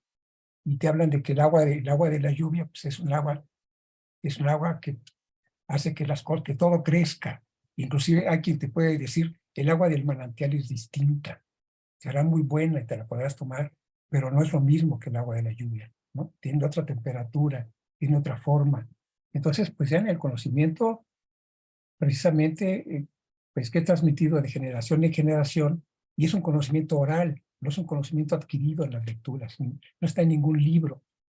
Es un conocimiento que pasa de voz en voz y pasa de generación en generación, de cómo convivir con el espacio que se tiene y cómo utilizar precisamente todos esos bienes que además pues son sujetos también. El agua deja de ser un recurso, ¿no? O un objeto, ¿no? Y pasa a ser un sujeto y tiene nombre propio y nos conforma, ¿no? Entonces, pues ese creo que es otro principio que es importante tomarlo en cuenta. Gracias. Gracias, Servando. También Coti quiere mencionar algo. Pues quisiera que alguien me ampliara más la situación de lo que ha generado ahorita un poco, que estoy de acuerdo con la afirmación de Javier sobre el amamantar. Recuerdo que se decía que la educación se mama en casa, ¿sí? Y posteriormente se fue cambiando el concepto de familia, se fue cambiando el concepto social de funcionalidad de un individuo dentro de la familia y extendida a su exterior. Y de ahí viene mi reflexión. Estos momentos que estamos viviendo, quizás hubiera Illich y Jean-Robert hablado de una manera diferente como lo estamos haciendo nosotros en este momento. ¿A qué me refiero? Se ha cambiado todos los conceptos de convivencia, pero principalmente de eso que en el inicio de este seminario se dio, el prójimo. Ya no hay próximo, ya realmente siempre son todos distantes. Aún los que tuvimos en un momento la cercanía para vernos cara a cara y poder comentar lo que Servando en este momento hizo, ¿no? Que es todos los hemos vivido. De hecho, yo estoy viviendo una situación por ejemplo, de Mérida, de Yucatán, en el sentido en que hay una gran diversidad de posiciones de los mismos que habitan ese lugar, que no son precisamente los originarios. Y ahí va muy mezclado un concepto más de territorio, ¿no? El territorio ya no lo ocupan sus pueblos originarios, y cuando eso es así, son convencidos que ya no son productivos para sí mismos. ¿Por qué? Porque se ha invadido la idea esta de profesiones que pueden alterar y han alterado los espacios geográficos a tal grado que ya inhabilitan a todos los individuos como individuos formar una comunidad. Entonces, no es que pueda yo ahorita afirmar que se están perdiendo las comunidades o que están en peligro de extinción como son las especies animales, ¿no? Sino que tenemos que aceptar, dialogar con el otro que está haciendo esos cambios brutales, ¿no? El cambio ahorita, por ejemplo, en la península de Yucatán es que tiene agua. Tiene agua como las poblaciones altamente densificadas por este criterio de progreso. Ahí va la situación en que se van a resolver problemas como el quinto tramo, en donde ya no va a afectarse abajo porque no les conviene afectar la naturaleza, porque eso es lo que se va a vender al turismo, ¿no? No lo puedes eliminar si es un atractivo las cuestiones culturales, ancestrales.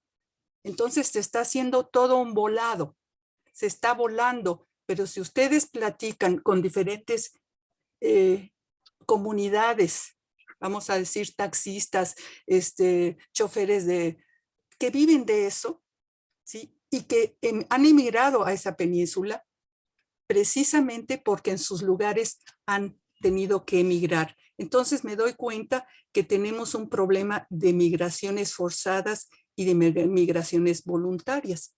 Y muchos de nosotros podemos decir que ya no estamos en el lugar en que nacimos ni con la familia que mamamos un cierto tipo de educación y que nos rebelamos en algún momento porque la educación era por medio del criterio de la iglesia. Le doy toda la razón al origen de la educación. De hecho, en la misma Europa, la primera posibilidad de ser educado era a través de los seminarios, ¿no? que proveían las iglesias. ¿En qué momento se abre la universidad? No es la misma universidad de hoy que se hizo en épocas humboldtianas, ¿no? Entonces, toda esta evolución que hemos observado históricamente, prácticamente está totalmente confrontada con un presente digital. Y eso es lo que yo quisiera enfatizar para todos, si hay posibilidad de ponerse en la posición de los que están haciendo las transformaciones que no nos gustan o que no vemos hacia dónde van. Hacia un desastre, pero ellos pueden afirmar que son parte de las evoluciones o involuciones para lograr equilibrios, como dice Javier, proporciones. Siempre va a estar una cuestión de equilibrios y desequilibrios en busca de una proporción. Gracias. Gracias, Coti. Yo también quiero aportar algo, una experiencia que hace menos de 20 años, prácticamente todos los maestros de música de aquí de Morelos fueron forzados a escolarizarse, a tener una educación universitaria cuando era antes. Siempre fue el proceso de convertirse en un ejecutante. Fernando Villanueva lo sabe muy bien, él es un guitarrista muy bueno. Pues tú aprendías de tu maestro, era un proceso, el aprendizaje siempre era de discípulo y maestro, una relación que a veces se extendía por muchos linajes, ¿no? El Kung Fu, el Tai Chi, cualquier arte. Afortunadamente todavía hay pequeños remansos, ¿no? Donde no creo que pueda haber un poeta por licenciatura o no sé, un doctor en Tai Chi, ¿no? Pero es lamentable que estos procesos que antes eran dados prácticamente por la tradición, se tuvieron que escolarizar para permitirte dar clases o para poder tener la capacidad de ejercer tu saber, ¿no? Que era un saber que no tenía ni título, ni profesión, ni nada, simplemente la vida te hacías un director de coros, te hacías un gran bailarín, te hacías un actor de teatro. Bueno, pues eso es también un poco mi aportación desde las artes. Maestro Javier. No sé si nos quieres redondear esta reflexión. Está el micrófono apagado tuyo. Si puedes prender el micrófono, Javier, por favor, porque no te estamos escuchando. Ya. Yo creo que lo que están diciendo son ejemplos muy claros, incluso lo que dijo Marcelo, son ejemplos muy claros de cómo esta lógica del servicio, esta lógica de la corrupción de lo mejor, esta lógica de la desencarnación, tiene que ver con la apropiación de formas autónomas, de formas de relacionalidad carnal como las que estás tú citando, Jesús, de que uno se aprendía con un maestro cara a cara, ¿no? Es decir, el día que me pongan a la poesía y tenga que pasar y tener un título universitario para ejercerlas, que ese día ya se jodió todo, porque es la única oficio de este tipo de oficios abstractos que no han podido domesticar, ¿no? No han podido domesticar. Los poetas viven en las márgenes absolutamente de este tipo de estupideces, ¿no? Pero es la muestra clara de esta uniformización, de esta colonización de la que habló Miguel, de esta lógica del desarrollo, de esta apropiación de todo y de esa crisis sin crisis de la que terminó por hablar Jean Robert al final frente al sistema, ¿no? Esta crisis que nos tiene sin crisis porque nos tiene absolutamente encerrados y dependientes cada vez más de las lógicas que nacen de los paquetes que nos entrega el desarrollo, o nos entregaba la idea del desarrollo porque ya las absorbimos, y de esta lógica de la corrupción de lo mejor, que es lo peor, y que se empata al final con el misterio del mal, ¿no? Para Illich, el mal no es la ausencia de bien, ni para Jean Robert tampoco. El mal es la corrupción de lo mejor, ¿no? De lo mejor que tenemos como humanidad, y en la lógica de la que estamos hablando, es la corrupción de la idea del amor y de la gratuidad que se transformó en servicios institucionales y en apropiaciones del conocimiento donde nos empezaron a subsumir, haciéndonos perder la libertad y la autonomía. Esa sería la lógica de la corrupción de lo mejor. Ahorita ya nos está, hasta donde vamos, introduciendo en esa lógica institucional de la que hacen parte las profesiones, ¿no? Las profesiones a las cuales de las cuales somos dependientes, ¿no? Ya no podemos construir por nosotros mismos. Las madres ya no informan a sus hijas del misterio de la concepción. Hay que ir con el ginecólogo, hay que atarse a los procedimientos médicos, etcétera, etcétera, ¿no? Es decir, ya tampoco nuestra visión de las cosas ya pasa mediada por las virtualidades y por todo esto que genera las virtualidades, que es la posverdad. Bueno, tantas cosas que se han emergido de esta corrupción y que Illich y Jan se afanaron por historizar, ¿no? Para poderlas entender en una clave de sentido común y no en una clave teológica. Pero bueno, quedamos en este texto, pues podría darnos para muchos encuentros, ¿no? Ellos nos llevan a otros libros, nos llevan a otras reflexiones, nos llevan a completar lo que está insinuado, etcétera, etcétera, ¿no? Bueno, fui invitado a comentar este prefacio, pero bueno, no se agota aquí, es más, no hemos leído ni una quinta parte de la prefacio y nos ha llevado por miles de derroteros, ¿no? Y por miles de precisiones. Yo creo que les agradezco mucho y no sé cómo, si alguien puede retomarlo, digo, yo participaré, pero con este espíritu que además recuerda el espíritu con el que leían Jan e Iván, ¿no? Lentamente, analizando, haciendo distinciones, tratando de profundizar y de relacionarlo con la realidad que tenemos, etcétera, etcétera, ¿no? Muchas gracias, Javier. A mí me encantaría que realmente tú, que fuiste uno de los artífices de que se hicieran las obras completas del Fondo de Cultura Económica de Iván Illich, pues me encantaría que siguiéramos contigo, pero bueno, pues... Por cierto, les aviso que hay un nuevo contrato que hizo Valentina con el fondo, porque Valentina, y tiene razón, es difícil comprar los 2 tomos, ¿no? Entonces ella le pidió al fondo que se volviera a publicar la obra de Illich, por lo menos esta obra reunida, en libro por libro, ¿no? Para que pudiera tener más accesibilidad, ¿no? Entonces, próximamente veremos ediciones libro por libro.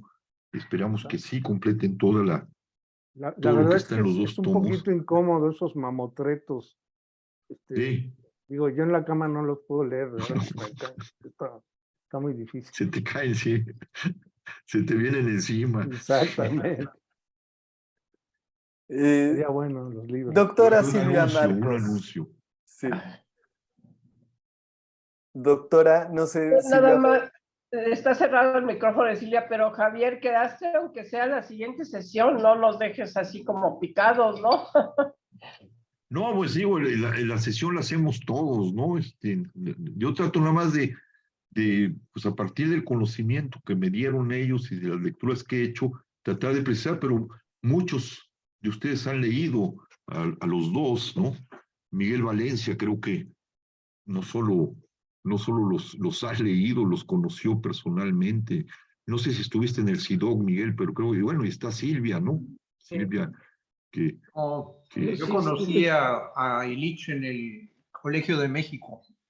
El CIDOC sabía porque Moritz publicó los libros y los leía yo en los años 70, pero no conocí a Illich hasta que fui al Colegio de México y venía una vez al año a dar una conferencia en el Colegio de México Iván Illich, y había que llegar 2 horas antes para encontrar lugar dentro del Colegio de México.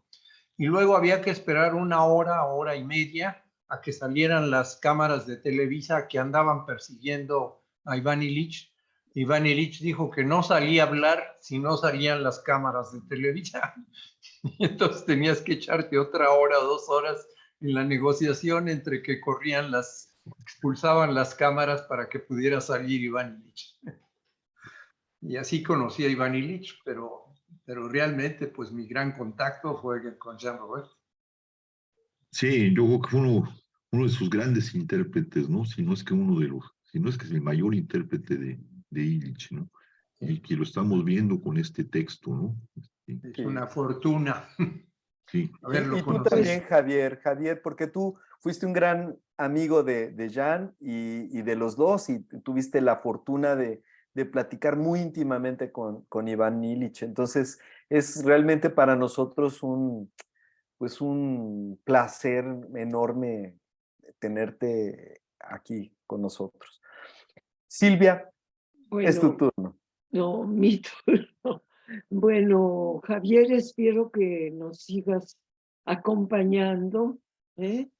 Yo vi ahora, ves cuántos participaron, compartieron, entonces yo creo que sería muy enriquecedor que sigamos contigo leyendo el prefacio.